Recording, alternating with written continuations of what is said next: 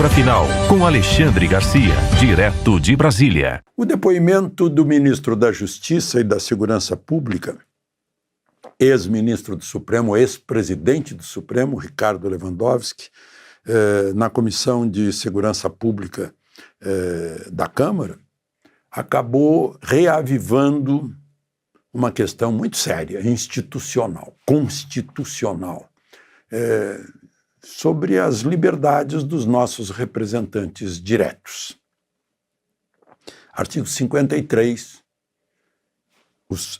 a Constituinte escreveu no artigo 53, os deputados e senadores são invioláveis civil e penalmente por quaisquer palavras.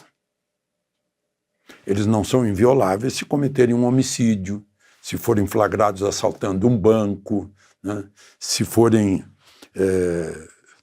autores de corrupção, né? De desvio de emendas, né? Mas por quaisquer palavras eles são invioláveis, e em qualquer lugar do planeta Terra, do universo. Não é só na tribuna. Aí, um senador de esquerda que lá estava e mais o ministro Lewandowski disseram que não, dá uma jurisdição, isso não é absoluto, é relativo. A Constituição não diz que é relativo. Não diz salvo se, não diz. Ou se, não. É absoluto. Está escrito ali.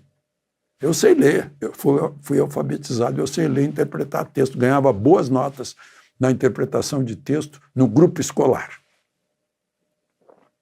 São invioláveis deputados, senadores, civil e penalmente, não pode nem pedir indenização por quaisquer palavras. Por palavras pode-se caluniar, difamar e injuriar. E eles são invioláveis, para poderem falar qualquer coisa em nome do povo, porque eles falam em nome do povo. Eles são os representantes, receberam um voto para isso. Receberam um mandato, eles são mandatários, o povo é o mandante. Essa é a relação que tem que ser respeitada. Não é a imunidade da pessoa, do Daniel Silveira ou do Van Hatten. Não.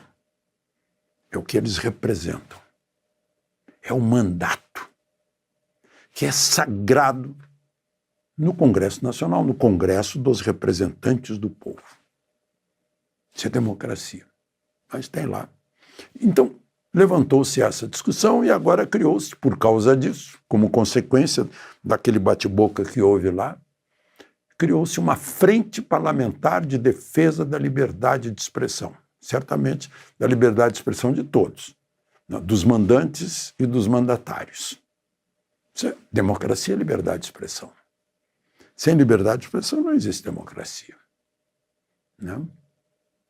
E como lembrou certa vez, magistralmente, o ministro Alexandre de Moraes, né?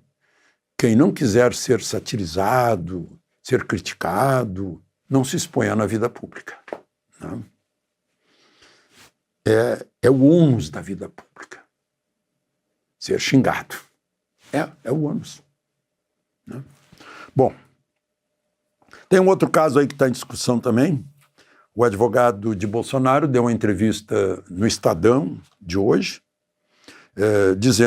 explicando as razões do pedido de afastamento da relatoria do processo em que está Bolsonaro, de Alexandre de Moraes. Ele citou 4 motivos. Primeiro, que não seria o Supremo, seria a primeira instância. Segundo, que não há conexão, botar tudo no mesmo liquidificador, né? O 8 de janeiro e aquele processo que Marco Aurélio chamava de inquérito do fim do mundo. Né? Terceiro, está muito claro, né? Todo mundo sabe da inimizade entre os dois. Né? Um juiz não pode julgar o seu inimigo, o seu oposto, né? Fica parecendo vingança. E, por fim, ele aparece no tal inquérito não é do 8 de janeiro, desculpe, é o inquérito da tentativa de golpe que militares ficaram trocando mensagens e não saiu golpe, nem execução de golpe, muito menos planejamento. Né? Foi, no caminho do crime foi só o primeiro passo, só a conversa. Rodrigo Janot supera muito isso, porque ele escreveu, confessou que queria matar Gilmar, se armou, botou a arma na cintura, ou seja, ele estava com meios e com a distância suficiente para fazer e não fez. E o Ministério Público pediu o arquivamento. Né? Porque não houve execução. Não é o caso de Adélio Bispo, que deve ter pensado, ele executou, ele planejou, alguém planejou para ele, ele executou, ele só não foi até o fim, não consumou o objetivo porque ele não conseguiu matar Bolsonaro, mas a tentativa foi essa, né? Aí sim. Mas, voltando, né? Afastamento porque ele figura no inquérito como uma das vítimas. Seria matá-lo, matar Lula, Alckmin, né? Segundo a conversa dos oficiais. Aí das duas, uma. Se ele é realmente vítima e havia possibilidade de matá-lo, ele não pode ser o juiz relator. Agora, ele pode continuar sendo juiz relator se considerar que aquela conversa é uma conversa inofensiva, que não ia levar a nada, e, portanto, ele não havia nenhuma possibilidade de ele ser vítima, né, seriamente. Então, deve ser esse o dilema do ministro relator. Bom, a Quest fez uma pesquisa no mercado.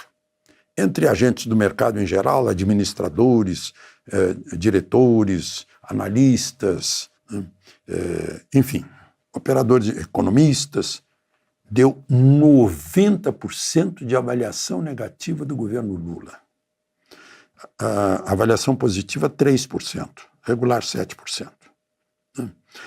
Depois, quais os motivos?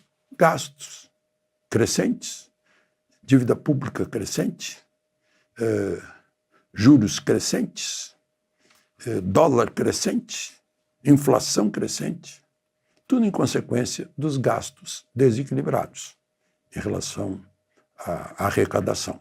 E, claro, vai entrar numa espiral decrescente se o tributo crescer de tal forma que entrar na curva de Laffer, que desestimula quem produz, quem vende, e aí o imposto é sobre a movimentação da economia, né? Parece que não entendem como funciona a economia, como funciona o mercado. O mercado funciona sozinho. O mercado não perdoa interferências, porque é da cultura dos envolvidos. Comprar, vender, produzir, empregar. Né? Bom, já falei nisso outro dia. Né? Eles, na pesquisa, estão 34% acha que a Selic passa de 14%. Mas a maioria ainda acha que vai ficar neste ano em 13,25%. Hoje está em 11,25%. Ou seja, mais 2 pontos percentuais. Quanto ao Congresso Nacional, também há uma avaliação negativa de 41%, a positiva 21%. O Congresso Nacional é outra das instituições, né? O Senado Federal, por exemplo, a Câmara Alta, foi criada para ser um contrapeso de excessos do Supremo. Só que é uma balança sem peso. Esse prato de balança não tem nada em cima, porque o presidente do Senado simplesmente abafa o contrapeso. E aí o que a gente vê é isso, dessa discussão, por exemplo, da própria imunidade parlamentar. Né? Parece que está faltando, né, uma certa energia para o Congresso Nacional personalidade para o Congresso para exercer o fato de que é o mais importante, o mais forte, o mais poderoso dos poderes, porque representa diretamente o povo e tem a capacidade, né, privativa de fazer as leis. Né? De Brasília, Alexandre Garcia.